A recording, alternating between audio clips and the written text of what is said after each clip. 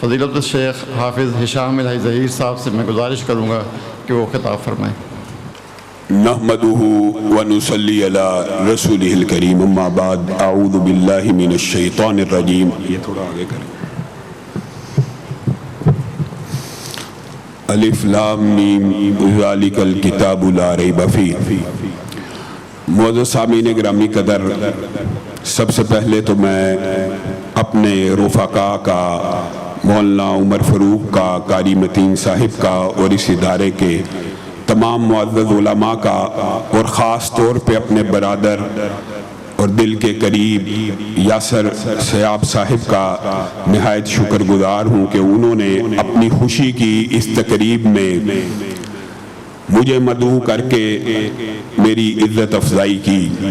یاسر بھائی کے ساتھ بڑا پرانا اور گہرا تعلق ہے۔ آج کی یہ تقریب جن قراء اور حفاظ کے اعزاز میں منعقد کی گئی ہے، سب ساتھی دعا کریں اللہ رب العزت ان تمام بچوں کو عالم دین بنائے، حافظ قرآن بنائے اور عالم باعمل بنائے، اور جس نیت کے ساتھ ان کے والدین نے ان کے سینوں میں یہ عظیم الشان کتاب اتارنے کا منصوبہ بنایا، اللہ تعالیٰ ان کے منصوبوں کو پایہ تکمیل تک پہنچائے۔ رستے میں یاسر بھائی سے گفتگو ہو رہی تھی، ایک بات ضمنی طور پہ آئی ہے تو کہہ دیتا ہوں کہ اللہ کے فضل و کرم سے جب متمول گھرانوں کے لوگ اپنے بچوں کو دین کی فیلڈ میں اتارتے ہیں اور عالم دین بنانے کا ارادہ کرتے ہیں، تو اس سوچ اور فکر کے نتیجے میں کبھی احسان الہی ظہیر پیدا ہوتا ہے اور کبھی ڈاکٹر فضل الہی پیدا ہوتا ہے۔ متمول گھرانوں کے لوگ اگر اپنے بچوں سے یہ امید اور یہ آرزو کرنا بند کر دیں کہ ہمارے بچے پیسہ بنانے والی مشین بن جائیں، بلکہ ان سے یہ امیدیں وابستہ کریں کہ یہ بچے کل قیامت کے دن ہمارے لیے صدقہ جاریہ بنیں گے، اور ہمارے بہت بڑے ایک عالم دین تھے، نبینا تھے، ان کے بہن بھائی سارے کے سارے، کسی نے سی ایس ایس کیا ہوا تھا اور کسی نے سرکاری نوکری کی ہوئی تھی، اور ایک مرتبہ مولانا عبد المنان وزیر آبادی کی والدہ کو یہ خواب آیا کہ ان کے خامن ان کے خواب میں آئے ہیں۔ خواب حجت شرعی نہیں ہے لیکن تحدیث نعمت کے طور پہ بیان کر رہا ہوں۔ انہوں نے کہا میں نے باقی 10-11 بچوں کو بھی پڑھایا لکھایا، لیکن اللہ کی قسم مجھے ان کا کوئی فائدہ نہ ہوا۔ میرا یہ بیٹا جو عبد المنان وزیر آبادی ہے، میں نے اس کو پڑھایا لکھایا، نبینا تھا، دین کا عالم بنا دیا، اب میں قبر میں ہوں اور قبر کے اندر جنت کا ایک درجہ میرا بڑھا دیا جاتا ہے۔ میں اللہ سے پوچھتا ہوں یہ کیوں کر بڑھا ہے، تو مجھے پتا لگتا ہے میرا بیٹا سجدوں میں میرے لیے دعائیں کر رہا ہے۔ میرے بھائیوں، یہ وہ اعمال ہیں، یہ وہ حسن نیت ہے۔ اللہ رب العزت میرے اس بیٹے کو عالم باعمل بنائے۔ علی کو صرف اس لیے حافظ قرآن بنایا گیا کہ اس کے سینے میں یہ کتاب اترے گی اور وہ اس کی روشنی انشاءاللہ پوری دنیا میں پھیلائے گا۔ میرے بھائیوں، ایمانداری سے بتلاؤ، جتنے بیٹھے ہو، مولانا عبد الغفار مدنی صاحب حافظہ اللہ کتنی عمدہ گفتگو کر رہے تھے۔ آج سے 100 سال قبل بتائیے، 100 سال قبل کا کوئی شخص اس دھرتی کے اوپر موجود ہے؟ 200 سال قبل کا کوئی شخص؟ آپ کے پردادا کے دادا میں سے کوئی ایک نام آپ کو یاد ہو؟ آپ کے پردادا کا نام آپ کو یاد ہو؟ لیکن امام احمد ابن حنبل کا نام زندہ ہے، امام بخاری کا نام زندہ ہے، امام ابن تیمیہ کا نام زندہ ہے۔ کیوں زندہ ہے؟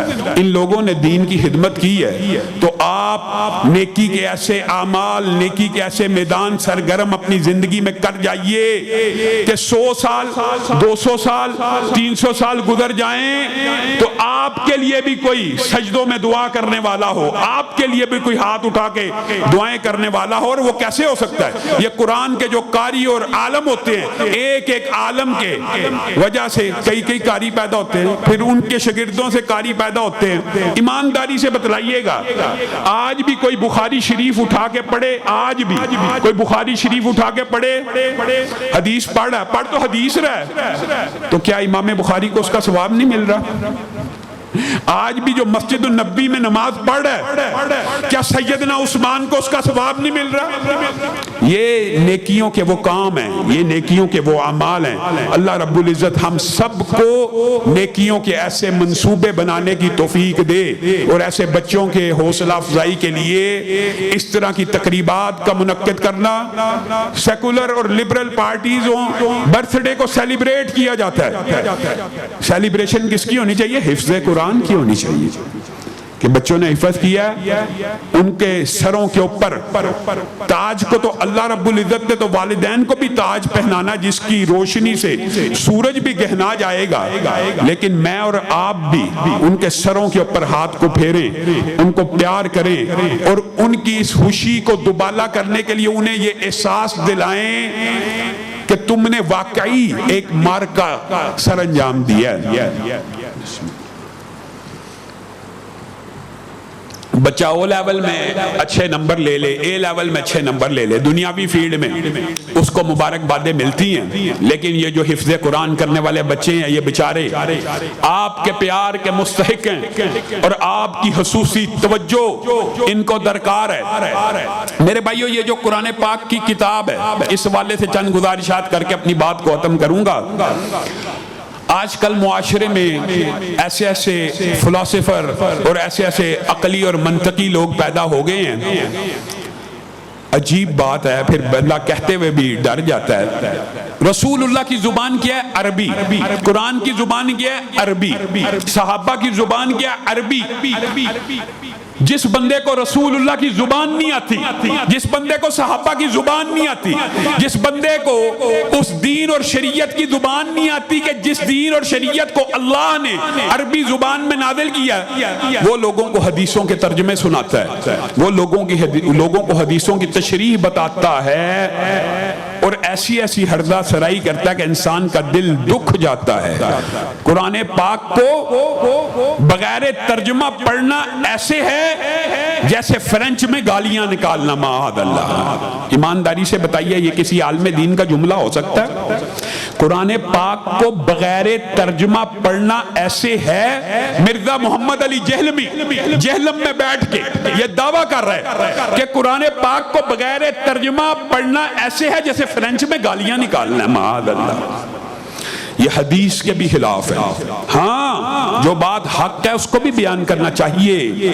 ہم بھی کہتے ہیں کہ قرآن پاک کو ترجمے کے ساتھ پڑھو، قرآن پاک کو سمجھ کر پڑھو، لیکن ایمانداری سے صرف ایک حدیث یاد کر لیجئے، اور اس طرح کے باطل جاہل جن کو زبان عربی کی الف با بھی نہیں آتی، ان کے مغالطوں اور وسوسوں سے بچ جائیے۔ سب کو یہ حدیث پتا ہے، لیکن آپ اس وقت اس کی بات سن کے انجوائے کر رہے ہوتے ہیں، اور میں ابھی پوچھوں گا انشاءاللہ، علم اتنا عام ہو گیا سب کو پتا ہوگا۔ رسول اللہ صلی اللہ علیہ وسلم نے فرمایا، ہر حرف کو قرآن پاک کے پڑھنے کی کتنی نیکی ہیں؟ الحمدللہ، سب کو پتا ہے نا کتنی نیکی ہیں؟ اور میں یہ نہیں کہتا الف لام میم ایک حرف ہے، بلکہ الف حرف ہے، لام حرف ہے، سب کو پتا ہے الحمدللہ۔ اب آپ صرف ایک حدیث کو آپ نے دماغ میں رکھا ہے، لیکن اس کی تطبیق آپ نے نہیں کرنی۔ الف لام میم کتنی نیکیاں مل گئی ہیں؟ 30 نیکی۔ اٹھائیے تفسیریں، شیخ الحدیث بیٹھے ہیں، محدث دورہ عبد الغفار مدنی حفظہ اللہ بیٹھے، پوچھئے الف لام میم کا ترجمہ کیا ہے؟ تفسیر اٹھا لیجئے، دنیا کے شیوخ الحدیث سے پوچھ لیجئے الف لام میم کی کیا ٹرانسلیشن ہے، الف لام میم کا کیا ترجمہ ہے؟ یہ بغیر ترجمہ، بغیر سمجھ پڑھنے کی 30 نیکیاں ملی ہیں کہ نہیں ملی؟ تو یہ بکواس کرنا کہ الف لام میم یا بغیر ترجمے کے قرآن پڑھنا ایسے ہے جیسے فرینچ میں گالیاں نکالنا، ایسے بندے کو آپ عالم دین سمجھتے ہیں اور اس کے فلسفے سے متاثر ہوتے ہیں؟ میرے بھائیو، بے شک قرآن صرف کتاب ثواب نہیں ہے، لیکن یہ انکار کر دینا کہ قرآن کتاب ثواب ہے ہی نہیں، یہ بھی بہت بڑا مغالطہ ہے۔ قرآن کتاب ہدایت ہے، ہم مانتے ہیں، اور اس کلیے کا بھی رد کرتے ہیں کہ قرآن کو سمجھنے کے لیے 14 علوم چاہیے، ہرگز نہیں۔ قرآن کا ترجمہ کرنے کے لیے کسی عالم دین کو، کسی شیخ الحدیث کو، کسی مفسر کو ہو سکتا ہے 14 سے زیادہ علوم بھی آنے چاہیے، کیونکہ اس نے ترجمہ کرنا ہے۔ آپ سب نے اور میں نے ترجمہ پڑھنا ہے، کیا ہوا پڑھنا ہے۔ اس کیے ہوئے کو سمجھنے کے لیے 14 علوم کی ضرورت نہیں ہے، صرف آپ کو اردو زبان آتی ہے، آپ اس کو سمجھ سکتے ہیں۔ یہ فلسفہ بھی باطل ہے جو معاشرے میں پھیلایا گیا۔ ہرگز نہیں قرآن پاک کو ہاتھ لگانا، یہ قرآن پاک کو کھولنے سے پہلے 14 علوم آئیں گے، پھر آپ قرآن پاک کھولیں گے، اس کے علاوہ آپ گمراہ ہو جائیں گے۔ نہیں، ہدی للناس ہے، یہ لوگوں کی ہدایت کے لیے، یہ بات مانتے ہیں، اس فلسفے کا بھی رد کرتے ہیں، لیکن اس کا مطلب یہ ہے کہ قرآن کتاب ثواب ہی نہیں۔ یہ جو فلسفہ ہے، اس کا رد رسول اللہ صلی اللہ علیہ وسلم نے اپنی زندگی میں کیا۔ کون ہے جو نماز کے اندر 3 آیتوں کی تلاوت کر کے 3 اونٹنیوں جتنا انفاق فی سبیل اللہ کا ثواب لینا چاہتا ہے؟ 4 پڑھے گا 4، 5 پڑھے گا 5، 10 پڑھے گا 10۔ ایک اونٹنی خوبصورت، اونچی، لمبی توہان والی، آج کے دور میں بھی 3 لاکھ 4 لاکھ کی ہے، 5 لاکھ کی بھی ہوتی ہے۔ 3 آیتیں صرف پڑھی، 10 لاکھ انفاق فی سبیل اللہ کا اجر و ثواب پا لیا۔ یہ تو تھا نماز میں۔ یہ ثواب ملا کہ نہیں ملا؟ بغیر ترجمے کے بھی ملا کہ نہیں ملا؟ اور جہاں تک بات ترجمے کے ساتھ سمجھ کے ہے، تو رسول اللہ صلی اللہ علیہ وسلم نے کہا، کون ہے جو وادی بطحا سے 2 تازہ موٹی تازی اونٹنیوں کو، کوہانوں والیوں کو بغیر ظلم کے، بغیر زور و زبردستی کے حاصل کرنا چاہے، یعنی اس کا بھی انفاق فی سبیل اللہ اور اس کا بھی اجر و ثواب چاہے؟ مفہوم یہی ہے۔ ہر ساتھی نے کہا کہ ہم چاہتے ہیں، تو رسول اللہ نے کہا پھر تم مسجدوں میں کیوں نہیں آتے اور وہاں پہ آ کے اللہ کے کلام میں سے صرف 2 آیتوں کو سمجھ کر پڑھ لو۔ یہ سمجھ کے پڑھنے کی فضیلت ہے، بغیر سمجھ کے تھا الف لام میم 10 نیکیاں، اور اگر سمجھ کے پڑھا جائے تو رسول اللہ نے کہا اگر 2 آیتیں سمجھ کے پڑھ لی تو 2 اونٹنیوں کو اللہ کے راستے میں خرچ کرنے کا اجر و ثواب پالو گے۔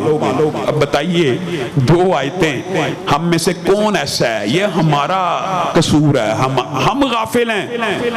انفاق فی سبیل اللہ بہت بڑی عطا ہے، بہت بڑی نعمت ہے، لیکن کچھ کام رسول اللہ نے ایسے بتائے ہیں جو انفاق فی سبیل اللہ کے برابر کے ہیں اور اس میں اتنا سٹرگل اور محنت نہیں ہے۔ 2 آیتیں، کون ایسا نوجوان، جتنے بچے بیٹھے ہیں، آپ بھائی بیٹھے ہیں، کیا ہر روز صرف صبح فجر کی نماز کے بعد، ہر روز کیا ظہر کی، عصر کی، کوئی ایک روٹین بندہ بنا لے؟ آج ارادہ کریں، نیکیوں کے ارادے باندھنے کے، آج کے بعد یہاں اس مجلس میں وعدہ کرتے ہیں، اللہ رب العزت کے ساتھ عہد کرتے ہیں، میرے ساتھ نہیں، اللہ کے ساتھ عہد کرتے ہیں، اللہ آپ کے کلام میں سے 2 آیتیں، 3 آیتیں، 4 5، ہر بندہ اپنی استطاعت کے مطابق وعدہ کرے کہ ہر روز صرف 2 آیتیں ترجمے کے ساتھ سمجھ کے تلاوت کر لوں گا۔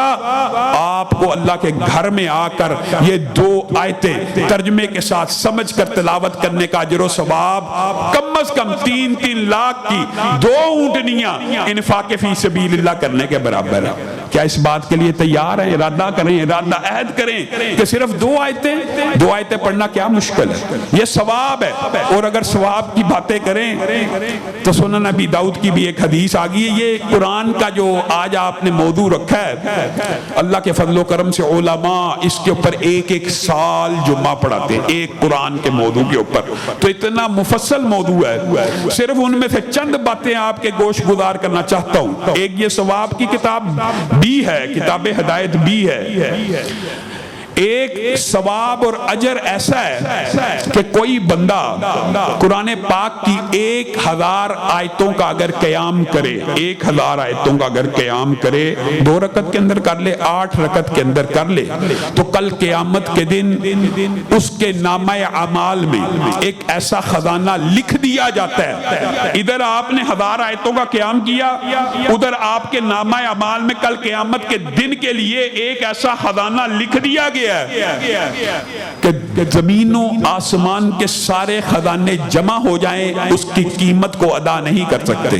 اور 1000 آیات بہرحال آپ کو سننے میں زیادہ لگ رہی ہیں، لیکن آج آپ نے یہ بھی ارادہ کرنا ہے کہ ہر ہفتے کے ایک دن کو مختص کر کے یا کسی بھی دن کو ارادہ کریں کہ ہم نے اپنی زندگی کی یہ روٹین بنانی ہے کہ ہر ہفتے ایک رات ایسی ضرور آئے گی اللہ رب العزت کی بارگاہ میں کھڑے ہوں گے اور 1000 آیتوں کا قیام کریں گے. اور سننے میں آپ کو بہت زیادہ لگ رہی ہیں، لیکن اللہ کے فضل و کرم سے علماء نے آپ کے لیے آسانیاں بھی بنائی ہوئی ہیں. گن لی صرف 29واں اور 30واں پارہ اگر آپ 2 رکعتوں میں، 4 رکعتوں میں، 8 رکعتوں میں کسی ہفتے کی ایک رات یا روزانہ بھی، جو علماء ہیں جو تہجد گزار ہیں ان کی روٹین تو کئی ایسے علماء، حضرت حافظ محمد گوندلوی رحمہ اللہ 10 پارے ایک رات میں پوری زندگی کا عمل، عبد المنان نور پوری رحمہ اللہ کا 5 پاروں کا ہر روز ہر رات کا عمل. میں اور آپ ہفتے میں ایک دن نہیں پڑھ سکتے. 2 سپارے 29واں اور 30واں اگر آپ پڑھیں گے قیام کے اندر تو 1000 آیتوں کا قیام ہو جائے گا. میرے بھائیو 1000 آیتوں کا قیام یہ بہت بڑا اجر و ثواب ہے، اور خزانہ آپ کے مقدر میں 10 آیتیں پڑھنے والے کو اللہ غافلوں میں سے نہیں لکھتا. 100 آیتوں والوں کا الگ مقام ہے. تو جو 1000 آیتوں کا قیام کرے گویا یہ کتاب ہدایت بھی ہے اور کتاب ثواب بھی ہے. اور یہ مغالطہ بھی نکال دیجئے کہ یہ کتاب شفا نہیں ہے. وَنُنَزِّلُ مِنَ الْقُرْآنِ مَا هُوَ شِفَاء، اللہ کہہ رہا ہے یہ کتاب شفا بھی ہے. یہ جو آپ آج کل فلاسفر سے عقلی اور منطقی اور اس طرح کی باتیں سن رہی ہیں نا، یہ قرآن پاک معاذ اللہ کتنا رقیق اور غلیظ جملہ ہے. قرآن پاک کی مماثلت فرینچ کی گالیوں کے ساتھ، اور قرآن پاک کا رد جی اس کو جی آپ نے شفا کے لیے رکھا ہوا ہے، جی اس کو ثواب کے لیے رکھا ہوا ہے. بھائی جہاں کی بات ہے وہاں تک رکھو، کتاب ہدایت بھی ہے، لیکن اس بات کا انکار کر دینا کتاب شفا ہی نہیں ہے. اللہ رب العزت کہہ رہا کتاب شفا ہے. سب ساتھیوں کو وہ حدیث پتا ہے، رسول اللہ کے صحابی گئے تھے، بچھو کاٹا تھا، بعض روایات میں سانپ کاٹا تھا، سب کو پتا ہے. دم کیا تھا کس کا دم کیا تھا؟ سورہ فاتحہ کا. الحمدللہ سب کو پتا ہے سورہ فاتحہ کا دم کیا تھا. صرف فاتحہ پڑھی تھی، شفا ملی تھی کہ نہیں تھی ملی؟ صرف فاتحہ سے شفا ملی تھی کہ نہیں تھی ملی؟ لیکن اس بات کا بھی ہم رد کرتے ہیں. جو بات رد کرنے والی ہے اس کا رد کرنا چاہیے. شفا کیسے ملی تھی؟ پڑھ کے ملی تھی کہ لٹکا کے ملی تھی گلے میں؟ پڑھ کے ملی. ایمانداری سے بتلائیے گا آب زمزم میں شفا ہے جس نیت سے پیا جائے نیت مراد پوری ہوتی ہے. شہد میں شفا ہے، کلونجی میں شفا ہے. اگر کوئی بندہ شہد کی بوتل گلے میں لٹکا کے چلنا پھرنا شروع کر دے اور آپ میں سے کوئی اس کو روک کے پوچھے یہ کیا ہے؟ یہ جی قرآن پاک میں شفا ہے، شہد کے بارے میں قرآن میں آیا شفا ہے، میں نے گلے میں لٹکائی ہوئی. تو آپ میں سے یہ بچہ بھی، چھوٹا بچہ بھی اٹھ کے کیا کہے گا؟ اللہ کے بندے پیے گا تو شفا ملے گی کہ لٹکائی پھرے گا تو شفا مل جائے گی؟ کلونجی گلے میں لٹکانے سے شفا مل جائے گی، شہد گلے میں لٹکانے سے شفا مل جائے گی. آب زمزم کی 10 لیٹر کی بوتل اپنی کمر پہ لاد لے، سارا دن چکر کھاتا رہے، اس سے شفا مل جائے گی؟ اور بھائی پیے گا تو ملے گی. تو قرآن پاک لادنے سے اور قرآن پاک کے تعویذ باندھنے سے اور قرآن پاک جیب میں رکھنے سے شفا ملے گی کہ پڑھنے سے ملے گی؟ عام فہم بات ہے. اس بات کو ہم مانتے ہیں، لیکن یہی انکار کر دینا جی قرآن میں شفا ہی نہیں. میں اپنی زندگی کا، وہ تو رسول اللہ صلی اللہ علیہ وسلم کا واقعہ ہے نا. ہمارے ایک دوست ہیں، ان کو بلڈ کینسر ہوا. عبید الرحمن محسن صاحب کے ٹیچر فیلو ہیں وہ آپس میں.